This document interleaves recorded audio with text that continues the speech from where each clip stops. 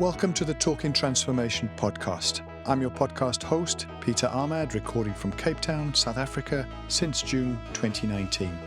The Talking Transformation podcast provides an open and accessible platform for built environment professionals and interest groups to share their reflections and aspirations relating to the transformation of places and spaces in South Africa. It's intended to be a celebration of the individuals and community groups who are supporting formal and informal processes that are addressing the challenges of South Africa's history and shaping the future of our neighbourhoods and cities.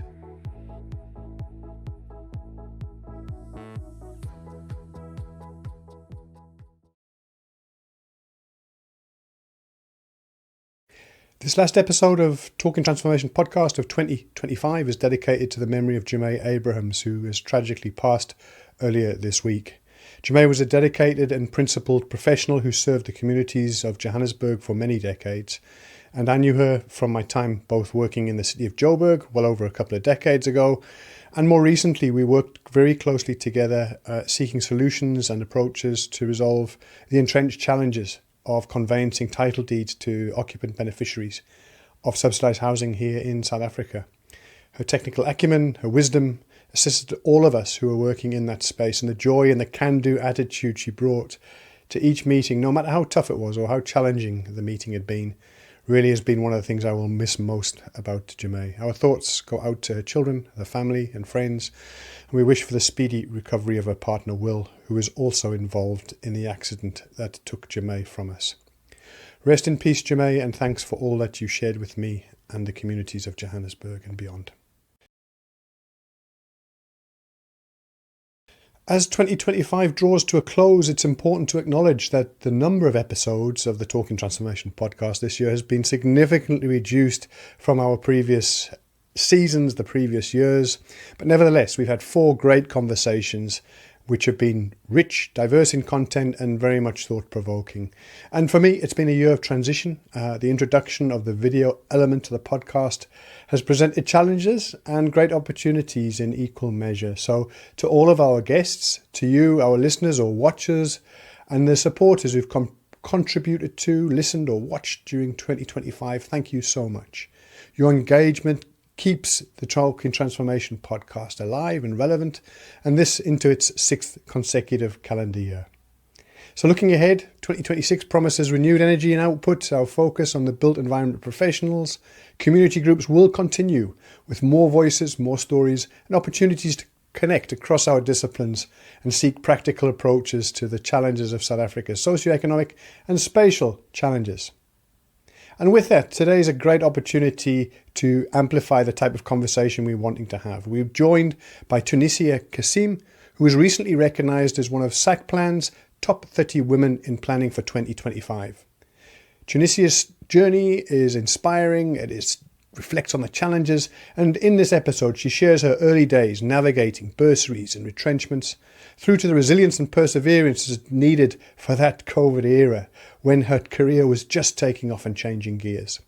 We also share in the celebration of her recently completed Master of Science in Planning at Wits. But this is a story that's much more than just professional milestones. It's really about the next generation's thinking around resilience, mentorship and the passion to connect both theory with practice in the town planning profession. Tunisia is a tireless champion and emerging mentor for young planners through her widely followed LinkedIn journal, The Journey of a Candidate Town Planner. And in this episode, Tunisia reflects on the giants who have shaped her path, the importance of bursaries and supportive educators, and the realities of building a career in a shifting urban landscape. Her reflections on resilience, mentorship and the intersection of theory and practice remind us why these conversations matter.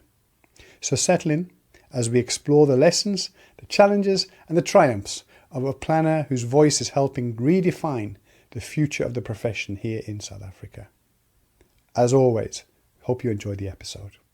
So here we are, December the 12th, the Friday, heading towards 11 o'clock, and seems like the entire South Africa is starting to come to a shutdown. And part of that shutdown up in Pretoria in Gauteng is our guest on the Talking Transformation podcast this morning, Tunisia Cassim. Tunisia, welcome to the podcast. How are you keeping this morning? And what is it you're busy with right now as we're talking?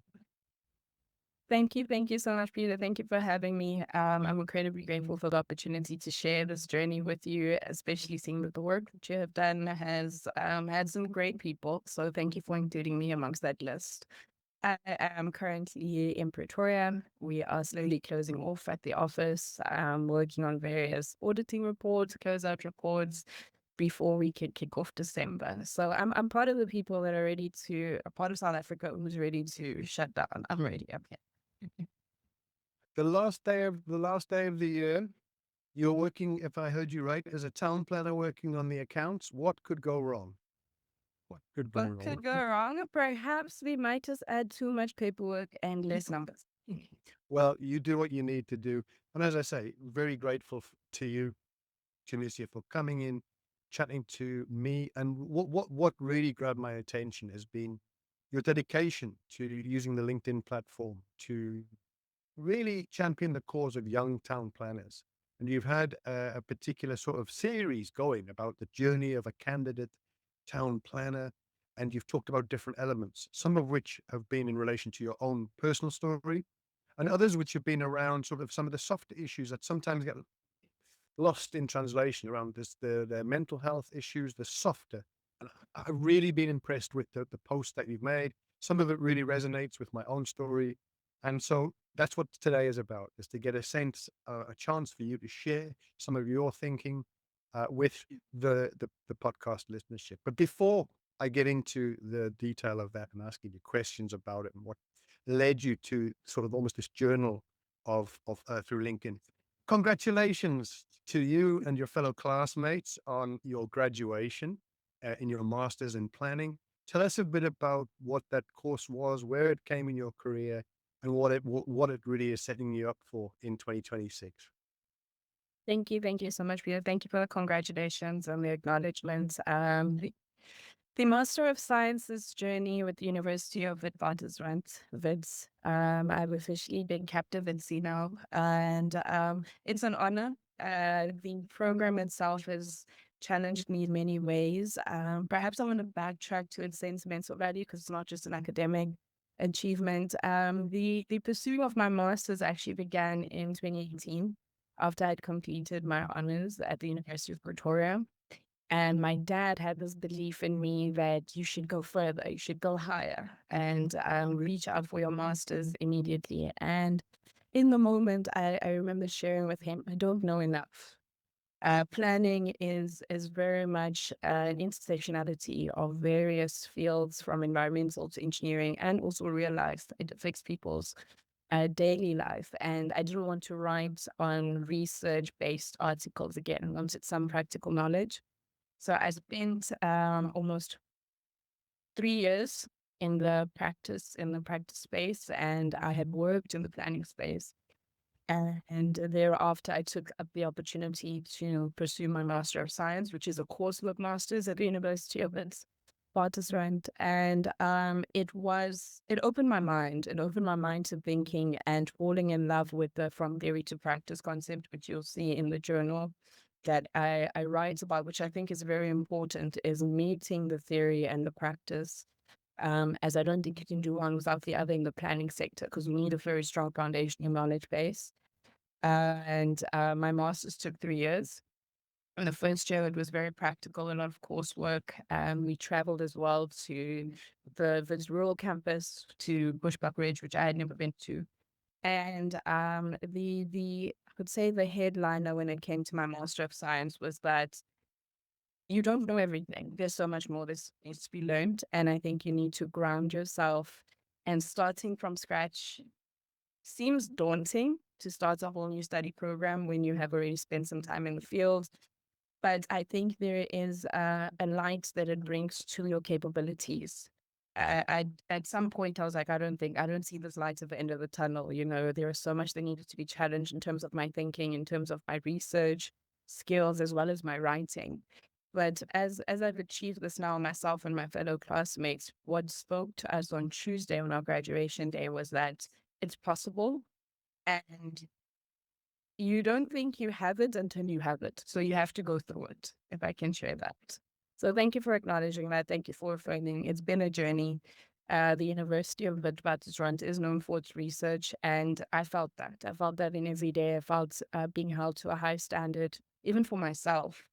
And I'm very grateful for that opportunity and to work with the lecturers that I did and have the supervision that I did, because I look at research and I look at from theory to practice very different, because there's one thing to do like data analysis and sourcing and collection of data, and there's another to apply it. So it was definitely a very fruitful experience, and it's so real. I don't think it's sunk in, but thank you for just that. Appreciate it. Congrats. It's really, really special and a special achievement, and particularly when you're in that sort of first decade of professional experience and to immerse yourself for 3 years in a big Yes. commitment, and to marry those two between your workspace, your academic, and your fun space. And I mean, again, I think that's one of the Yes. things that we've often talked about is how you balance.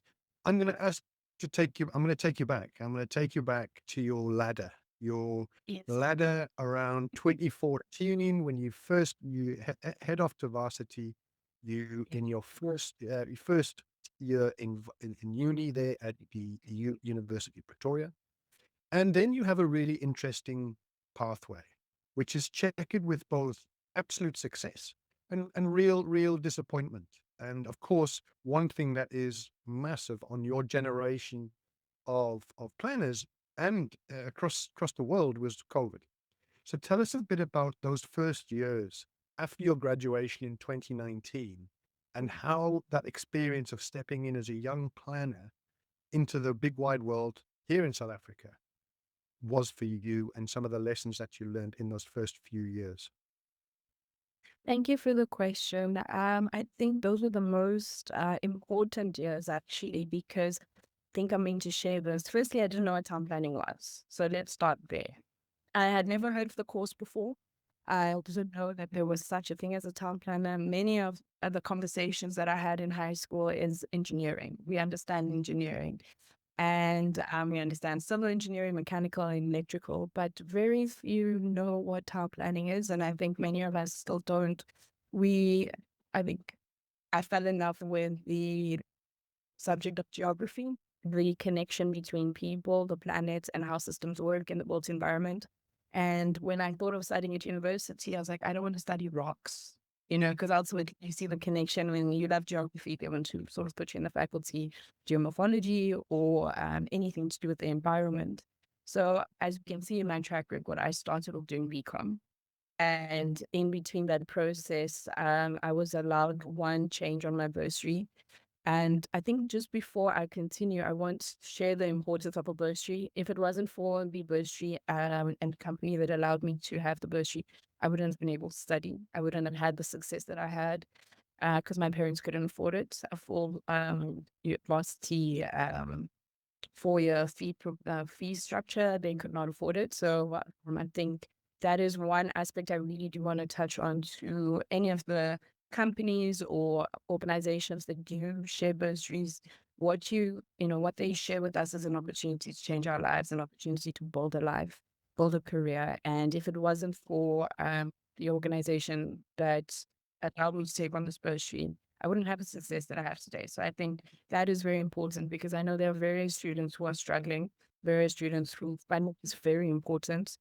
And I just hope, and if I may say, pray and passion on, please keep the bursary structure in place. Please have that taken seriously and have budgets allocated, because it does change lives for many of us who don't even know what a future may look like without that support, financial support.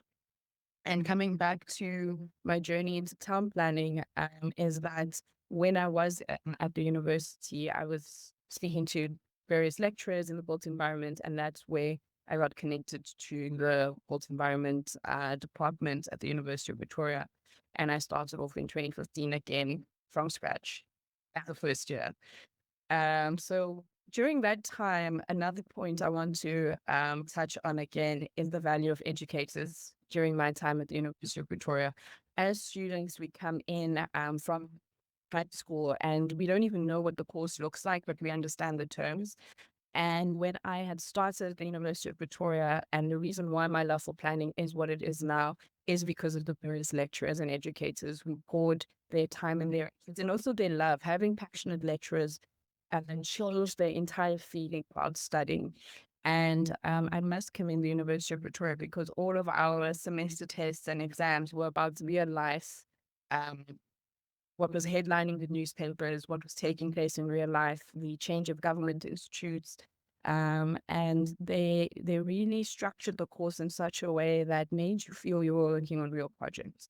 So that was very important for the foundation. And coming to the question that you asked about the journey through into 2019, is that I don't think I would have had that joy, that passion, that determination if it wasn't for that passion that was shared with me.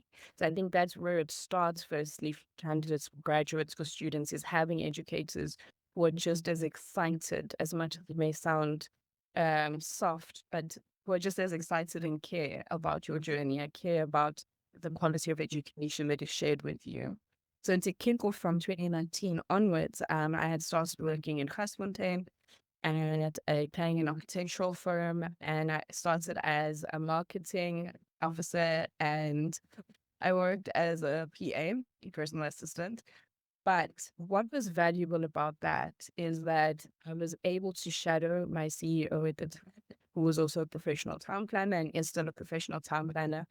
And I was able to sit in meetings. I was able to, especially coming in from the university space when you're working on projects that you don't always know where it fits in real life. Like, you understand the project, but you don't know what it looks like. What does it translate to?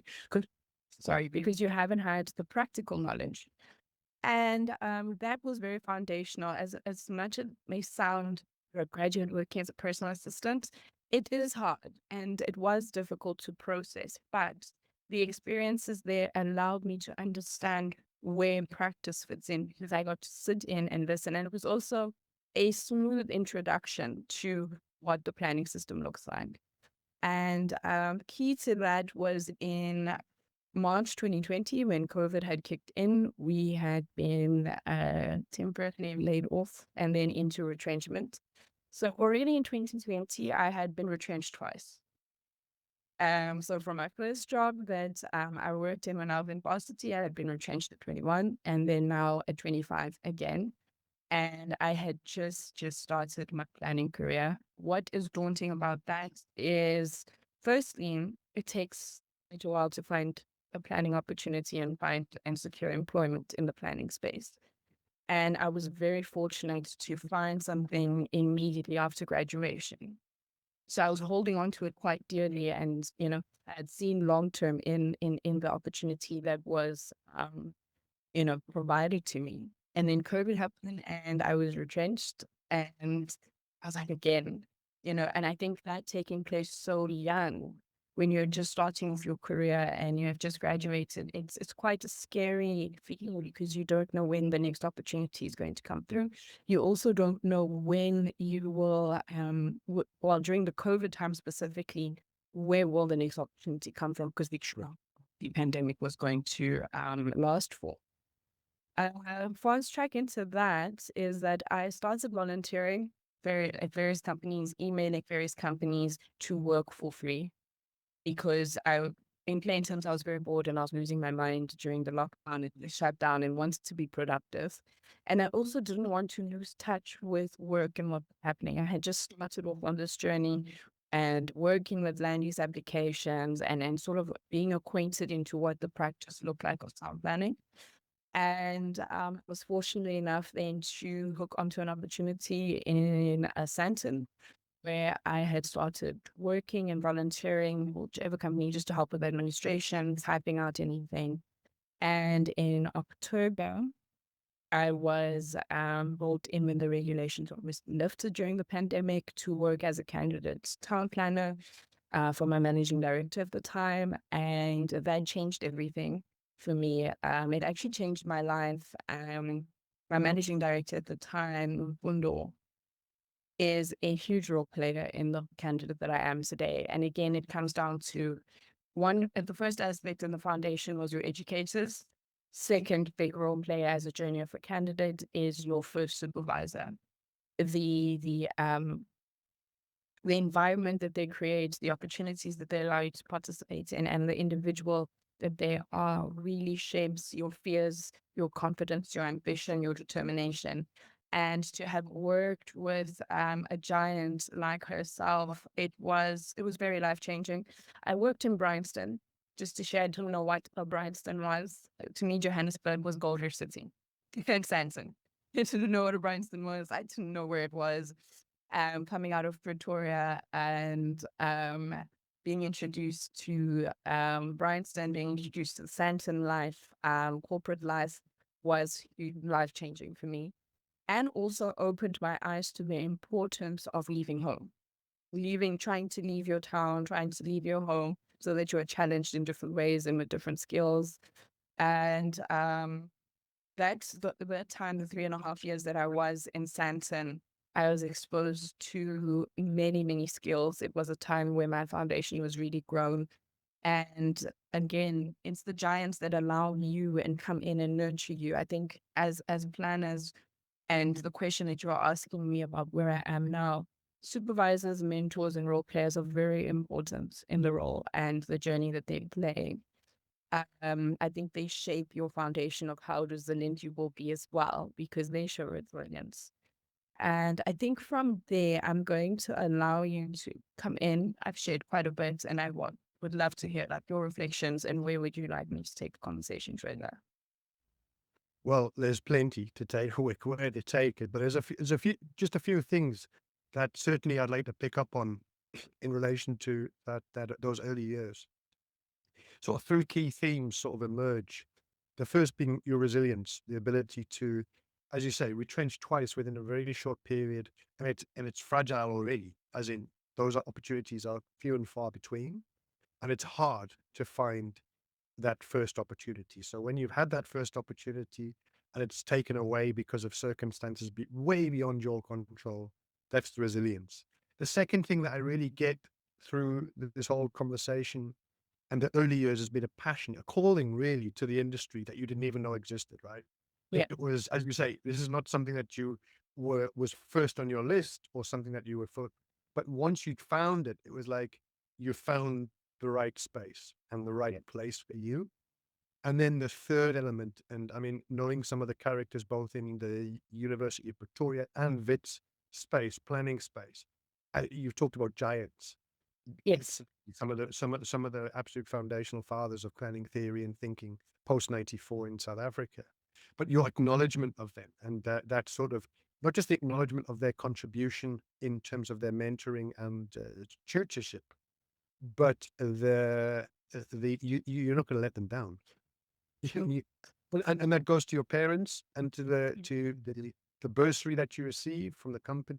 All of that is like you dare not fail and will not fail. And I think that's a lot of what has come through before you and I even met a couple of weeks for the first time up in Pretoria, is your drive.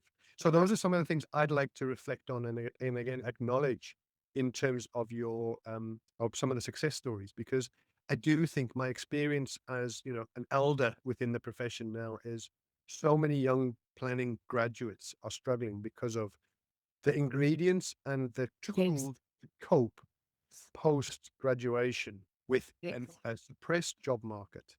And you've talked about some of the, I think it echoes so strongly some of my own experience of, I can't get the experience I need, I'll find it and I'll work for free. That did that. The idea of, keeping going, looking to your mentors for that support when nothing else is available, because you haven't had the longevity in the industry. Tick. Been there, worn the t-shirt. Periods of no work, big ticket. Right at the beginning of I think the difference with my story was it was a 3-year period of unemployment from graduation to starting, and then the absolute gift of working in public sector for an unbroken 27 years. And that I'm eternally grateful for. And that's the difference between my story and yours, but they share so many similarities. Okay. And so, yeah, that would be my sense. And maybe, we talk a lot about SACPlan, South African Council of Planners, and a part of when you talk about candidate town planner suggests registration and formalities around. Tell me a bit about that part of it, and where you are on that journey, and what your advice would be to others who are starting out or in the first formative years of their professional, what would you call it, tenure, and looking towards trying to become a professional town planner with all the bells and whistles that comes with that. Thank you for the reflection, Peter. I think what you have shared, and I just want to reflect on your reflection, is that the 27 years unbroken is something that I had just journaled and shared. Perhaps I could actually just give you an idea of why I chose LinkedIn and why the journal started there. Journey as a candidate town planner started on LinkedIn mainly because when I was a candidate and I was trying to find my place, obviously everyone suggested LinkedIn, especially at the time. LinkedIn was very big for your career and for meeting and networking. I didn't know where I belonged on LinkedIn because at the time I was just a candidate. I didn't have a full CV. I didn't have full experience.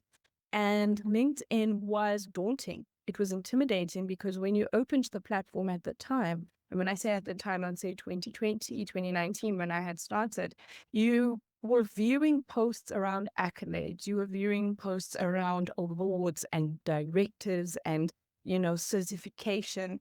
And I was thinking to myself, that's going to take me like 10 years before I get there. What happens in between? And that's where Journey for Candidate Town Plan was inspired by, because I couldn't find the in-between. How do we, I was attending networking sessions when I worked in Santon. I was attending women in property network sessions, trying to find a female as well. I was fortunate enough, my managing director, my first supervisor was a female in a powerhouse. So I also found relation there. Because at the time, when you started in the industry, it was very male dominated. And now we're having that transformation, which really helps young female planners as well connect with, so this is what it looks like. Sort of have a personal reference and role model as well from a female perspective. And Journey for Candidate Town Planner was inspired in 2023. So between, after my years of working in Santon, I was headhunted. And I had the opportunity to relocate to Cape Town, and I was very excited. And that is where it was inspired by, because I was in this process of being a candidate, growing her career, filling the boxes that is needed for the category A and category B professional town planner requirements. And I think what's important is that not every company and planning organization offers every category. So I think that's very important to note, is that you won't always find a company that does all the design work. You won't find a company that does both statutory planning and spatial planning. So I had to make a decision at the time. I wasn't even looking for a job. I had to make a decision, though, when this opportunity came to me. First, it was incredible to be headhunted. I couldn't even believe it. And also being a candidate so young, going across to Cape Town, it was one of the pointers on my vision board that I created when I was at when I was in my university days, undergrad days. And I relocated for the candidacy portfolio. At the time, I had left a very secure, stable, permanent employment. It was very difficult to leave my team as well, because I had already grown from a foundation in a company. And in your mind, I think, or if I can say a bold statement, many of us would like to root ourselves in a secure, permanent job opportunity where there's growth and, you can reach your registration and fulfill all those requirements and have a sense of stability and consistency. But with the various categories and what you need in terms of the registration, sometimes you have to take some leaps and bounds, and I did that. I relocated in the middle of 2023, which was in the middle of my master's program as well. So in between that, I was doing my modules and my coursework and my class while I relocated, and I started a new job opportunity in October. And it was a complete flip of the story. It was a complete twist in the plot that I had thought was going to come my way. I had relocated because the company had offered spatial design opportunities, and I was going to learn how to do urban design work, and that was going to aid me in my registration and also grow my portfolio. So I thought at the time, you know what, this is an opportunity bigger than me, and it's going to allow me to progress and expand my skill set. Here I go. I took on all the costs on my own, and it was quite heavy. Cape Town is quite an expensive place to start from scratch. And at the time, I was earning the highest that I had earned in my days, but I still couldn't afford a place to live in Cape Town, not even a square. Like I refer to a bachelor as a square. I couldn't even afford a square. So I went through those challenges, and then when I had arrived, things took a twist, and I was benched. I was just solely an employee that was ticking the attendance register, and that fractured a lot of my mental space. And it comes back to the question that you're asking about that journey of registration and what it takes. I was benched, and I ended up sitting from 8 to 5 with no work allocated to me, only to sort of find out in the process that I was a racial quota for public sector tenders. And that was very hard because already in November, I still couldn't find a place to live. I was fortunate enough at the time to live with a friend who suggested to me before you make any decisions, come through, come and stay with me. I'll give you the 3 months. And I was paying rent at the time as well, and trying to find my way around how did this sweet turn sour. And that's what inspired Journey for Candidate Town Planner, where I was saying that we as candidates are left to sort of make very big and bold decisions about our portfolio and our skill set, and sort of sacrifice. It's like you're choosing between stability, permanency, and sustainability in one career space. But at the same time, because planning is such a growing and dynamic and a transforming field, you also have to transform your mind, and you have to transform and adapt your skill set, which I'm sure, as you can feel now in the position that you're in, there is a lot of new skills that are entering the industry. So I think there are also two conflicts that are taking place and struggles, is that us as candidates, we are trying our absolute best to find and secure an opportunity. And then the elders in your position are also trying to remain relevant with your skill set because it's changing and it's adapting. So we have two parallels that are taking place that I think require a lot of sensitivity and understanding.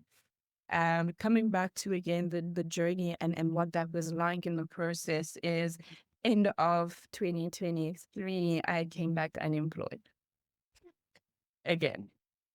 I couldn't find a place to live. Cape Town was too expensive. I even attempted rental applications with my parents' credentials because obviously they had a lot more of a stable portfolio. I was being rejected.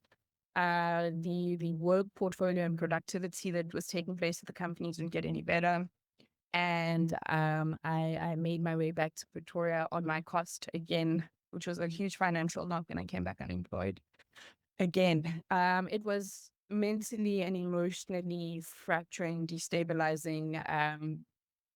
The ground beneath me, the foundations that I thought I was building with the hopes and ambitions that I had going into this with utmost passion to grow, live a dream, potentially have a different life in Cape Town, and experience different quality of life in the coastal area.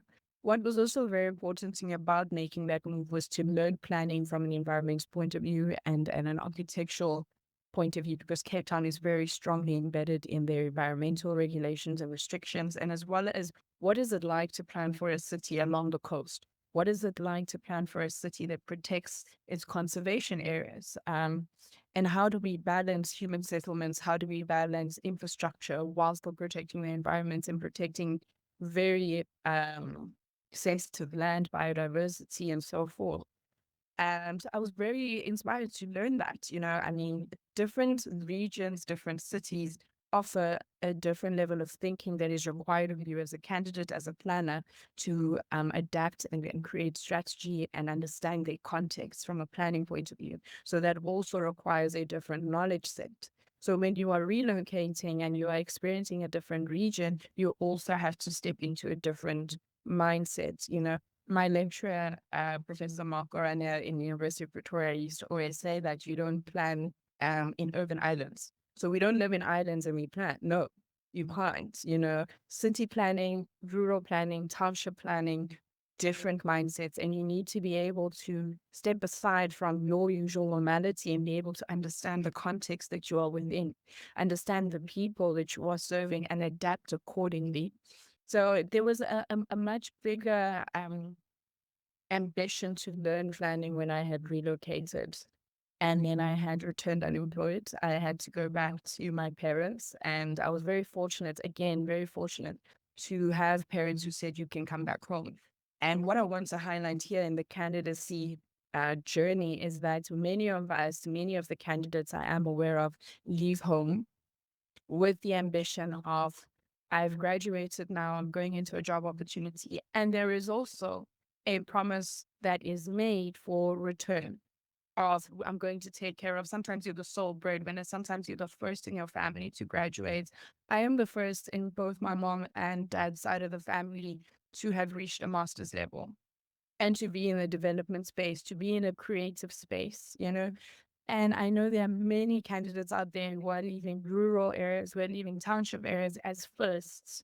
That comes with a lot of pressure as well. So when you're looking at your candidacy registration and you're looking at the categories that you need to fulfill, there's also a life element that is very real taking place. And you can't do one without the other, sadly. You have to face it together. So I came back unemployed to my parents. I was like, again, very fortunate enough because I know a lot of students don't have somewhere to go. I often think about if I had gone over to Cape Town and I had no support structures, I probably wouldn't have come back. I wouldn't be able to have come back. I would have to, you know, go through the process of waiting until another opportunity, you know, arises for me to come back with a potential of employment to find a place to live. So it's very important and critical to see that the leaps and bounds that we take and the opportunity of new employment is exciting, yes, but there's a risk. There is a risk, and that comes to the post that I made recently, which you were referring to about mental health, which you were referring to about the emotional toll that it takes, and of course the fear, because it does create a fear to jump again. I'm going to be very honest in that sense, is because, like you're saying, you waited 3 years. I've been fortunate enough, I was referred by a fellow University of Pretoria student who referred my name to Rondo Consulting. And that was how I was able to secure that opportunity, is that someone spoke about me, which is the importance of communities, the importance of networking, is the importance of sharing your story. And I really vouch for candidates during their registration process and their professional registration process is to help each other, share each other's stories, share where you are, because you don't know where the opportunity may connect you. And I believe wealth is built in community. Wealth, not just financially, but in terms of opportunity, in terms of sharing success together and being honest and finding a way to relate, because it can be daunting when you see your fellow candidates succeeding and you wish them well, but we are human. We do wonder, oof, when will I pick up, especially because you're aging and you're growing, right? And the last point that I do want to make on this specific journey is that, firstly, I want to thank the Halo for sharing my name, you know, and I had then started off last year in 2024 with Rondo Consulting, which has changed my life. Again, transformative moment, because the team that welcomed me, Mr. Rotemba, see, again, another giant in the industry, very inspirational.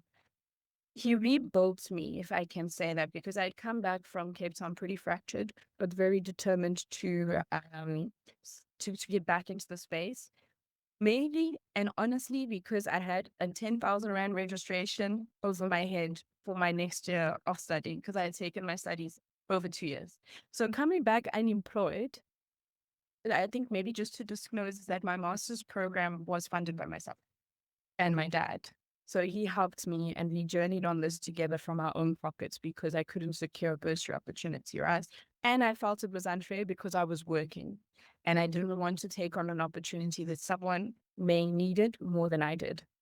So now I came back unemployed and I have a registration fee of 10,000 to pay. Mind you, I've already exhausted so much money trying to live that side and create a life in Cape Town.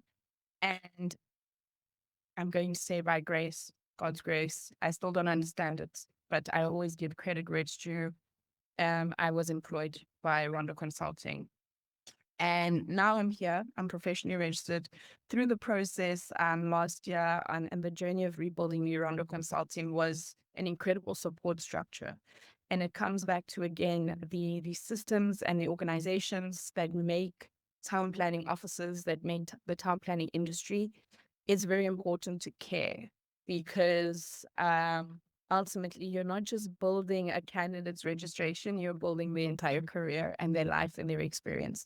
And you play a huge role in their mental and emotional well-being.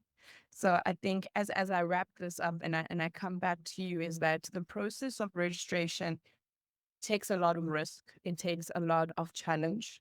However, there is also the slow and steady. So I think that is something that I want to highlight when I sit back and I decide now that I am professionally registered. And I also want to thank various giants in the industry who contributed. And what's very key here is that success is not solo. It's on solo journey, and it's not linear as well. So I think when you say that, I always reflect and I give credit where it's due, because I'm not self-made. I've never been self-made. It started off with my parents' sacrifices, started off with the bursary opportunity, started off with great educators and great supervisors. And that's why I think it's always important to move with integrity and respect and have gratitude, because when we arrive is not where we arrived alone. Yeah. Again, so much to unpack there, Tunisia, and we're not going to even scratch the surface today. That's clear. But again, with your permission, let me reflect on a couple of things that you've Yes, talked to us sure. about there. And I mean, your story of coming from the big smoke of Josie down to Cape Town. I mean, anybody who's worked with me will know I'm always teasing my Cape Townian colleagues, if they haven't worked outside of Cape Town, is to get up to Gauteng, go and Yes. see what scale is about, Yes. and understand. I mean, Cape Town has its own challenges, and as we talked about, the 100%. environment, the marine environment, some amazing components which are not necessarily available in the Gauteng space. But if you really want to understand scale, 15 million people, or however many that Gauteng region is now, that's immense. So you went, you came, you've reversed it. You've come from Josie down, and that challenge that so many people find an extraordinarily expensive city, particularly when you're talking accommodation, buying, renting, real problematic. And so that really echoes with even my experience of my own team and team members, young professionals, even with a sort of a really good salary in relation to sort of council salaries, etc. And still, it's a struggle. So that certainly resonates. So many sliding doors moments of, on the one hand, good fortune, but it could have gone different ways. And again, Yes. vulnerability when you find yourself with that. You talked about that you had the option to go back, which to your family, which some may not have. And of course, the vulnerability that just compounds as you find yourself unemployed, without and whether it's through exploitative labor and other far worse challenges that start to emerge. So that's a second thing, the sliding doors that work in your favor. But I also want to say that referral from your colleague to Rondo, they could have chosen anybody in terms Yes. of why did they choose you? I'll tell you why. I think I know why. Is with the integrity and the passion, those things we talked about, the resilience, the calling, this not about self. I am privileged to, no. This has been about this constant 360 of acknowledgement. And that's why I think it ticks those boxes. And I always say to colleagues, or particularly the young graduates, has been certain things are out of your control. Your retrenchments were out of your control. The experience you talked about that betrayal of Yeah. arriving in Cape Town and realizing you're here for really nefarious and completely unreasonable reasons, which have got nothing to do with you. You've thrown a lot. So the question is, have you done everything that's in your power, that's within your scope? Have you looked for the opportunities? Have you really committed? And have you given time to reflect? And I think what you've done there is really show this very powerful story, which has a happy ending, but also could have been, well, I'm giving up. I'm turning my back on the profession. And I don't think many people would have turned around and said, well, I don't think you gave that a good enough go in this year. I think you've shown again that resilience. And so I'm maybe gushing here, but I'm really trying to reflect on those elements that you've talked about and what I see and hear from so many people in that position. And so you've talked about challenges of costs, tick. You've talked about when things go wrong, often happens in anybody's life, in anybody's career, but you had enough behind you that when it came to, oh, by the way, there's an opportunity at company X, which happens to be Rondo, they've said, I've got just the right person. And by the way, she's not working right now. Have that conversation, and here we are with a good news story to tell.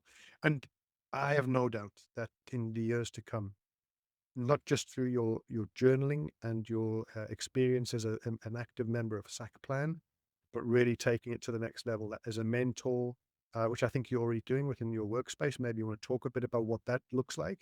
But you've got the whole world in front of you where you can start paying it back and paying it forward rather in terms of the next generation of professionals and youngsters. So yeah, maybe just your thoughts on what you're doing in that mentoring space within Rondo, and in terms of any aspirations of getting more involved in whether it's SAP or SAP Plan going forward.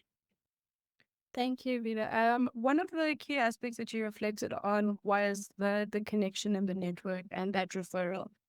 It is something I'm trying to inspire more now of in my posts, is that share your story. You don't know, especially on LinkedIn, is that share your story, share your skills, share your projects with the candidates, because you don't know who is looking for you. I think that's the other aspect, is that with LinkedIn, I had shared a piece that was about the importance of networking and the importance of getting your story out there. Using your voice is very daunting. It is and especially on a social media platform that hosts the very same people who may employ you. And that is an aspect that I find very, very crucial to look at and work with utmost sensitivity when you're on social media platforms, and coming to how do I connect my voice and my story and my reality while still, being respectful. And I think when it comes to the mentoring space, and also just how do we share opportunity and your story, is that I often share that move intentional and honest when you're about to be in the workspace, be in a social media space that you're going to share, and remain respectful and clean. Always, always respectful and clean. You're trying to build a career. You're not trying to burn the bridges that build it. And most importantly, move with integrity always. So when you are reflecting on or making that connection with the referral, I want to share that with various candidates and whoever is listening, is that when you are going to share your story, because I think it's important. I think it's very important to go onto LinkedIn, go onto social media platforms, because it's also currently happening in various sectors. Social media influencers, these people who utilizing their platform for branding and marketing, they're sharing a talent. And sometimes I think when we look at ourselves as planners, we think our talent is only based in land use, but it's also in our thinking. We are thinkers. Planners are thinkers. And it's something I really I speak about and I advocate for, is share your skill set, share your ideas. If you're a great designer, if you're a great spatial planner, share that on LinkedIn. So I think that is just the aspect I wanted to really touch on, is the referral and how it comes about. Is that I've even offered candidates, when they reach out to me for opportunities, is share your portfolio with me, let me share it on my page. You never know, right? So I think that's very important, is that I think in our career space and how difficult it is to sort of, meet the hook that we are fishing on, is that share, create networks, build each other, because community builds wealth. And when it comes to what I'm currently working on right now, I first want to start with giving all credit and gratitude to Rondo and my team, my executive team, my managing director, because if it wasn't through him allowing me the space to share, to branch out, to share my passion, I wouldn't be able to be here today. So I think that's another aspect, is that we have, like I shared, the systems, the environment, the teams that we work for also make and break us as professionals. And it's been absolutely wonderful to have been in spaces with giants. I'm going to say them as giants because they have fed into my journey. They have cultivated the soil that has grown this flower, and having those support structures is very important. And I want to highlight that your light doesn't have to put out another light. It can light the next candle. which is very important. And that comes from your giants, it comes from your leaders, it comes from your supervisors. So as I am taking on the supervisory journey now with my candidates and also being a mentor to fellow graduates, students still in varsity, I really enjoy, and I think I'm going to highlight the importance of having the conversation. Have the conversation, be authentic, share your journey so that candidates understand that I didn't just become a director. I didn't just become, a delegate in the industry. It took a journey. So they also find a sense of belonging in you and a sense of safety as well to share, because candidacy, and I think also just growing a career in the built environment, can sometimes be a very lonely space.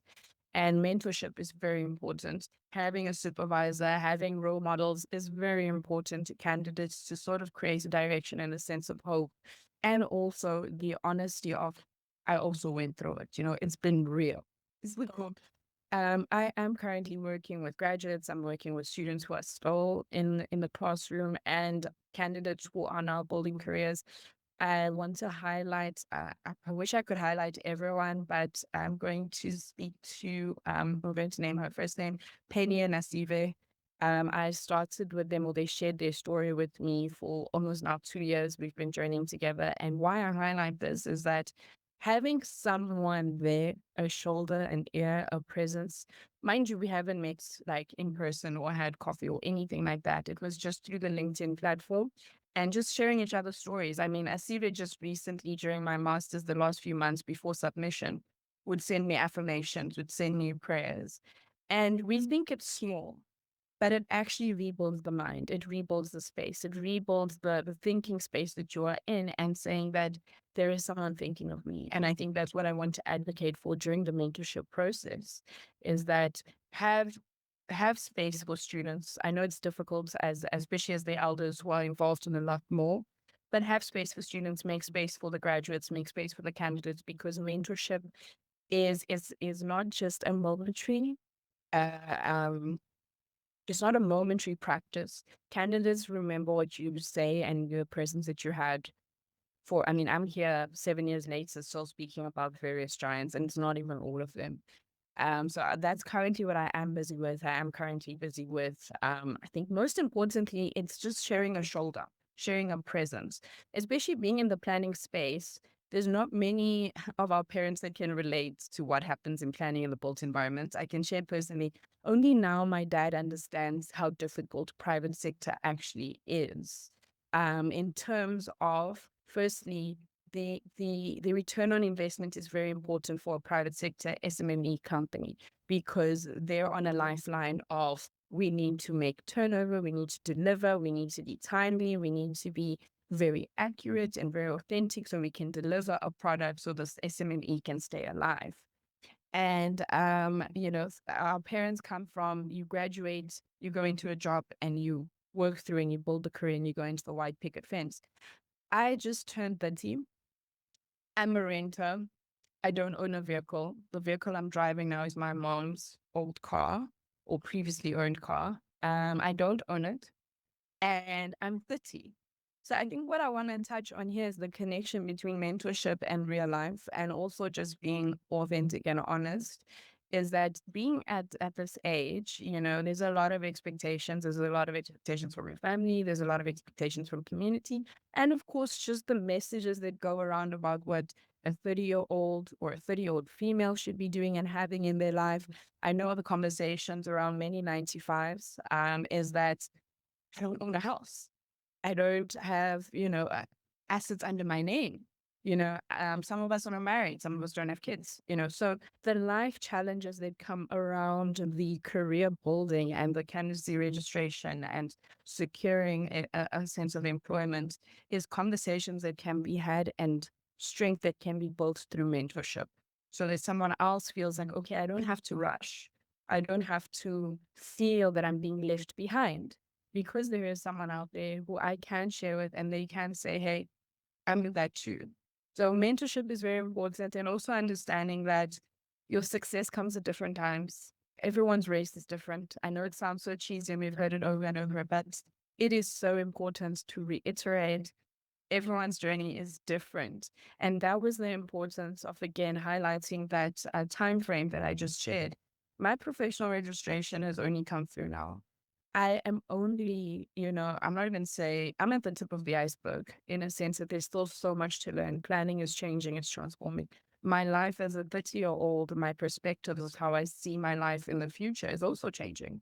So having mentorship, having spaces that share openly and honestly, and people that share openly and honestly that you're on the right track is very important. I think also our people come from a very sensitive and wounded past, considering South Africa's history, and family connections are not always as strong.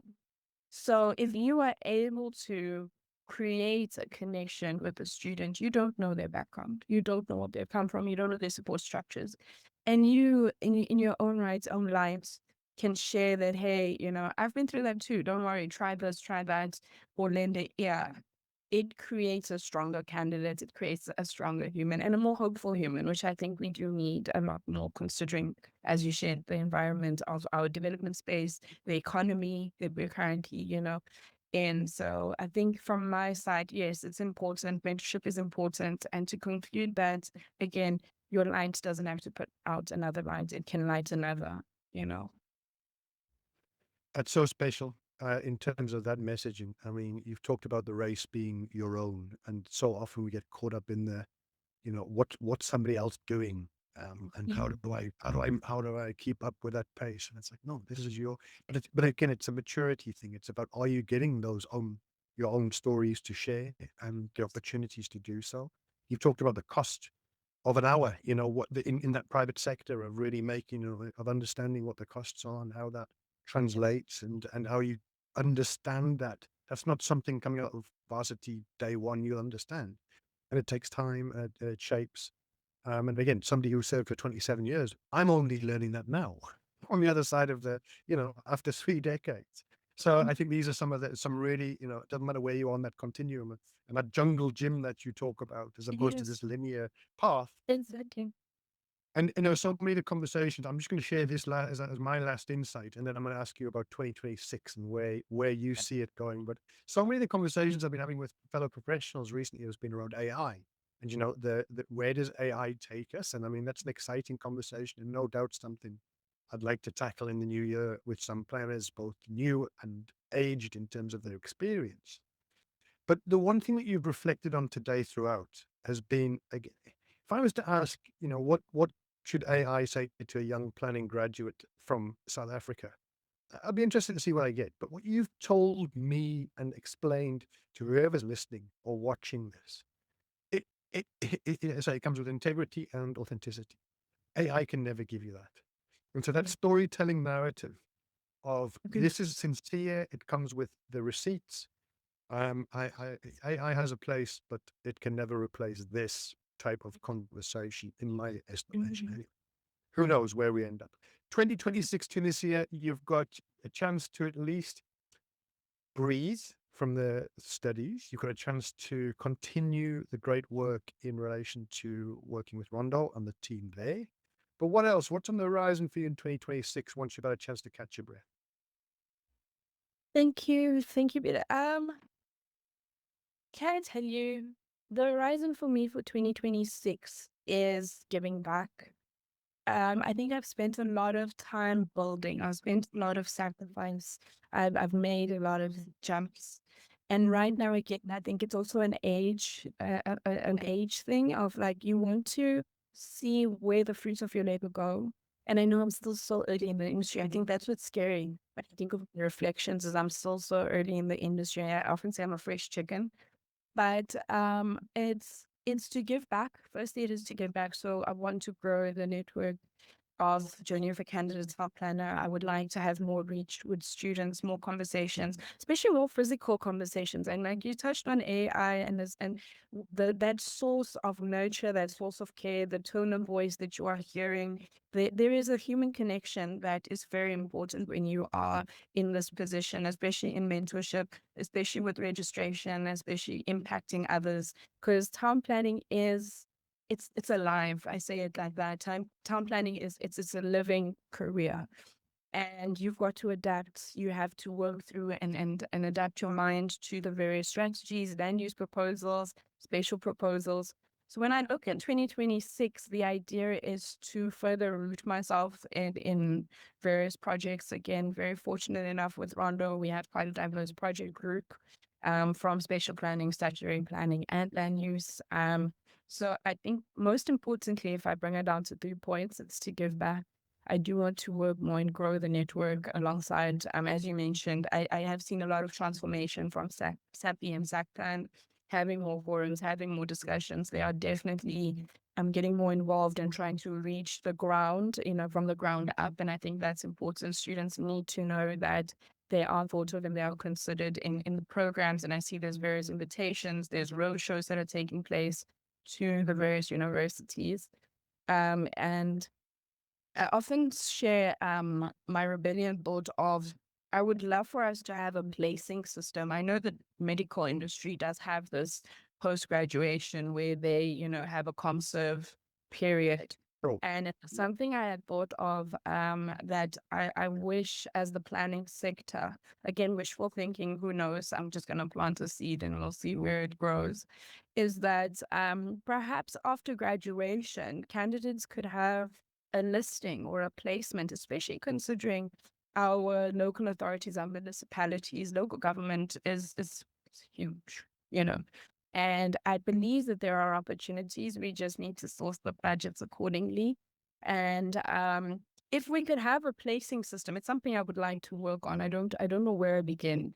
But again, being a dreamer, being a thinker, being a planner, it would be amazing if from university you are able to have a placing system or an allocation system or a portal that you go to say, this municipality, here are all the openings, here are all the internships. Have those platforms. I know they are various, but I have watched my own candidates, share through their journey about how difficult it was to be placed.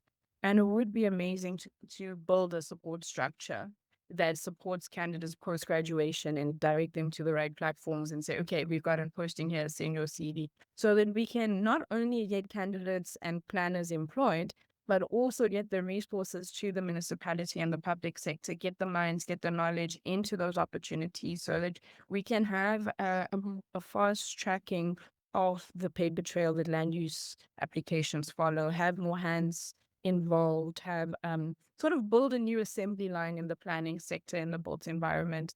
So that is my wishful and dreamer thoughts of 2026. And I do want to get involved in more research. So I have a love for research. I have a love for thinking and concepts, which is also one of the reasons why I went back to school. So I would like to start working alongside, professors in the space and supervisors in the space who will have me to work on a more academic writing, contribute to research and from a planning space and continue meeting the from theory to practice concept. Yes. And there's me thinking you were just going to say, Pete, I'm going to take the year off. One day someone needs to knock that into my head, but I'm such a thinker. I'm telling you now, I'm excited for December. Watch me on Monday. My team knows, even when December has this conversation with me very, very often. Tunisia, please take leave. So I'm not someone who takes leave. I only started taking leave this year. Even when I worked in Sanson, I would work up until Builders break. And then, of course, public holidays are compulsory. Because one of my greatest successes, perhaps I can leave you with this, it's something very personal, is to have found a career I really love.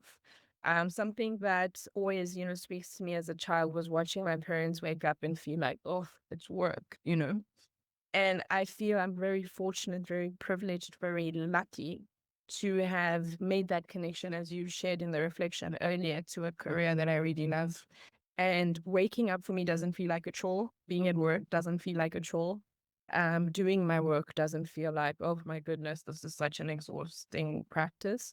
I really love what I do, and it sounds very cheesy. So I don't know how to switch off. Even when I'm on leave, the email will come through, and I'd be like, okay, I'm gonna do this. It's just a quick response. So I'm a lover for the space. I'm a fangirl for the space, and so I would love to switch off. Teach me how. Someone maybe I need mentorship. Can I? Let's try it. Tshwane, I'm smiling, and anybody over the age of 40 watching this will be like, yeah, she hasn't become cynical yet. She'll take that leave somewhere along the line. No, listen, Tunisia, what a fantastic conversation. We've been going at it for an hour now, and we could go on for another hour, but genuinely, you need to get yourself off and get yourself rested at least this afternoon and the weekend.